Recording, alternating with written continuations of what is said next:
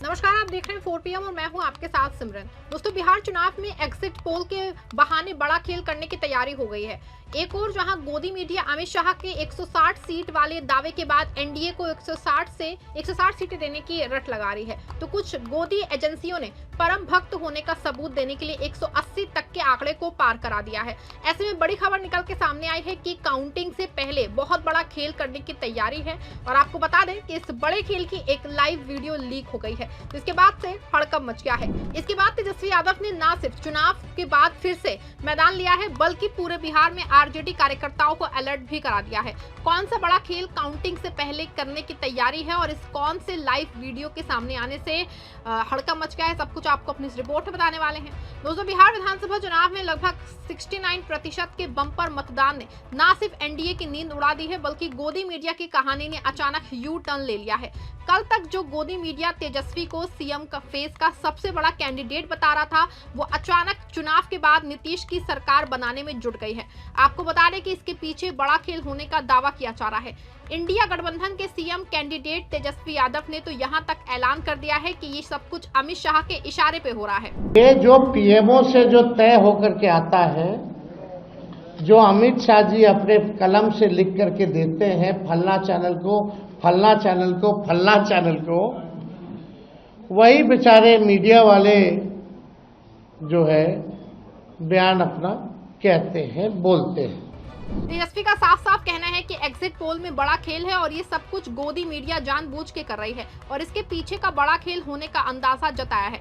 वैसे आपको बता दें कि ये तो तेजस्वी यादव का राजनीतिक बयान है, लेकिन एक वीडियो ऐसी आई है जो कहीं ना कहीं तेजस्वी के इस दावे को बहुत हद तक सही साबित कर रही है, क्योंकि लगातार जहां पे ईवीएम रखी है वहां के स्ट्रॉन्ग रूम से लगातार सीसीटीवी बंद होने की खबरें आ रही है।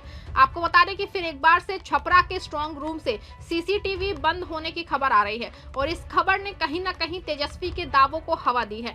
बता दें आपको कि अब तक कई जिलों के स्ट्रॉन्ग रूम से इस तरह की खबरें आ चुकी हैं और अब छपरा से आना इस बात की गवाही है कि कुछ ना कुछ गड़बड़ जरूर है। सवाल यह है कि ज्ञानेश जी के विभाग ने कौन सा सीसीटीवी लगाया है जो कि है 2-4 दिन में ही काम कर पाता है, उसके बाद खराब हो जाता है, जबकि आमतौर से घरों में हमारे लगने वाले सीसीटीवी कई सालों और महीनों तक खराब ही नहीं होते हैं। लेकिन चुनाव आयोग ने कौन सा सीसीटीवी लिया है जो कि 2 दिन में खराब हो जाता है। बता दें आपको कि कुछ स्ट्रॉन्ग रूम से भी ये खबरें आई हैं कि लाइट में व्यवधान होने की वजह से सीसीटीवी बंद हो गए हैं। ऐसे में सवाल ये है कि जब देश का लाखों करोड़ों डॉलर उद्योगपतियों के कर्जे माफ कर दिए जा रहे हैं, तो क्या चुनाव आयोग का बजट इतना लंबा नहीं किया जा सकता है कि 3 से 4 दिन तक जनरेटर या कोई दूसरी लाइट की सुविधा कर दी जाए जिससे कि सीसीटीवी ना बंद हो। लेकिन ऐसा नहीं किया जा रहा है, क्योंकि यही से खेल संभव है। और जिस तरह से छपरा में अचानक 1-2 नहीं सारे सीसीटीवी बंद हो गए हैं और जिस तरह से गाड़ियां अंदर जाने की बात सामने आ रही है, ऐसे में कोई ना कोई बड़ा खेल हो सकता है।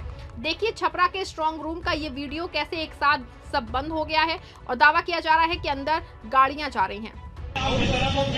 121 परसा विधानसभा बंद हो गया है, सब देखिए टोटल बंद हो गया, अभी टोटल बंद हो गया।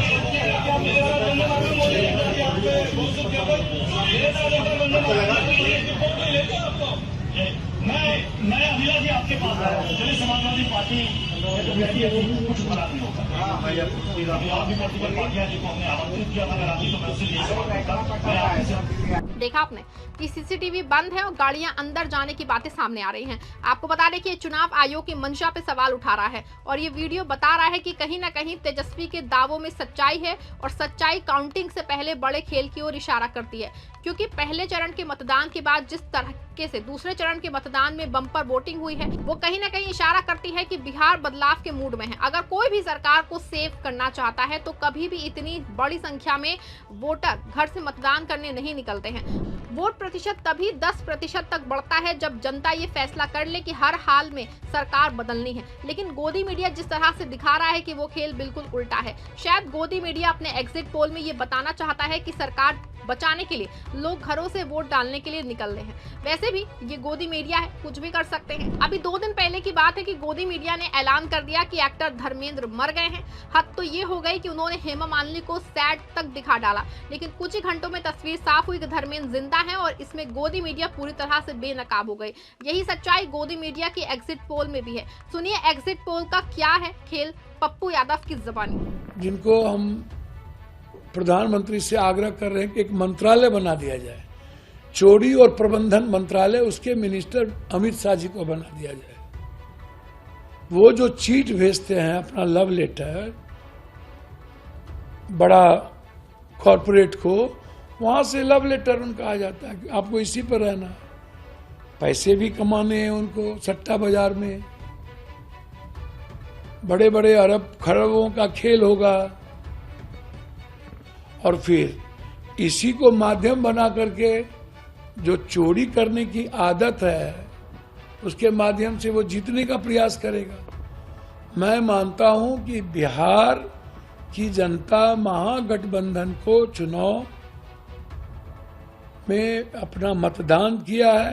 देखा आपने, पप्पू यादव का साफ साफ कहना है कि सब कुछ गोदी मीडिया शाह के इशारों पे कर रही है और इसके पीछे बिहार चुनाव भी हरियाणा की तरह चोरी करने का इरादा है। लेकिन आपको बता दें कि इसके लिए तेजस्वी ने पहले से ही मास्टर प्लान तैयार किया है और हर स्ट्रॉन्ग पे जो रूम है उसके आरजेडी के जेनजी तैनात हैं और जैसे ही कोई गड़बड़ी होती है तुरंत ही एक्शन लेंगे, यानी कि इसकी वीडियो वायरल करके सरकार की पोल खोलेंगे, जैसा कि छपरा समेत अन्य स्ट्रॉन्ग रूम के सीसीटीवी बंद होने के वो खोल चुके हैं। आपको बता रहे कि एक और जहां आरजेडी के जेनजी तैनात हैं और अपने काम में लगे हैं और पूरे मामले की सच्चाई सीधे जनता तक पहुंचा रहे हैं, वहीं तेजस्वी यादव ने भी अपने कार्यकर्ताओं को डटे रहे हैं और उनको कार्यकर्ताओं को दहशत में लाने के बड़े षड्यंत्र का खुलासा किया है। सुनिए वोट चोरी के लिए एनडीए सरकार क्या कुछ कर रही है, आप भी सुन लीजिए। और इस बार देखिएगा, अभी सर्वे चलाया गया और पूरा प्रयास किया जाएगा कि काउंटिंग को स्लो किया जाए। पूरी प्रक्रिया काउंटिंग की स्लो ये लोग करवाएंगे। दहशत जो है जिला हेडक्वार्टर में पैदा करेंगे, जहां बॉम्ब ब्लास्ट होगा वहां कोई कार्रवाई नहीं करेंगे, जहां घटनाएं होंगी वहां कोई कार्रवाई नहीं करेंगे। लेकिन लोकतंत्र की हत्या के लिए ये लोग मिलिट्री से फ्लैग मार्च बिहार के पूरे जिले में करवाएंगे, ताकि एक दहशत जो है लोगों के बीच जो है पैदा हो सके।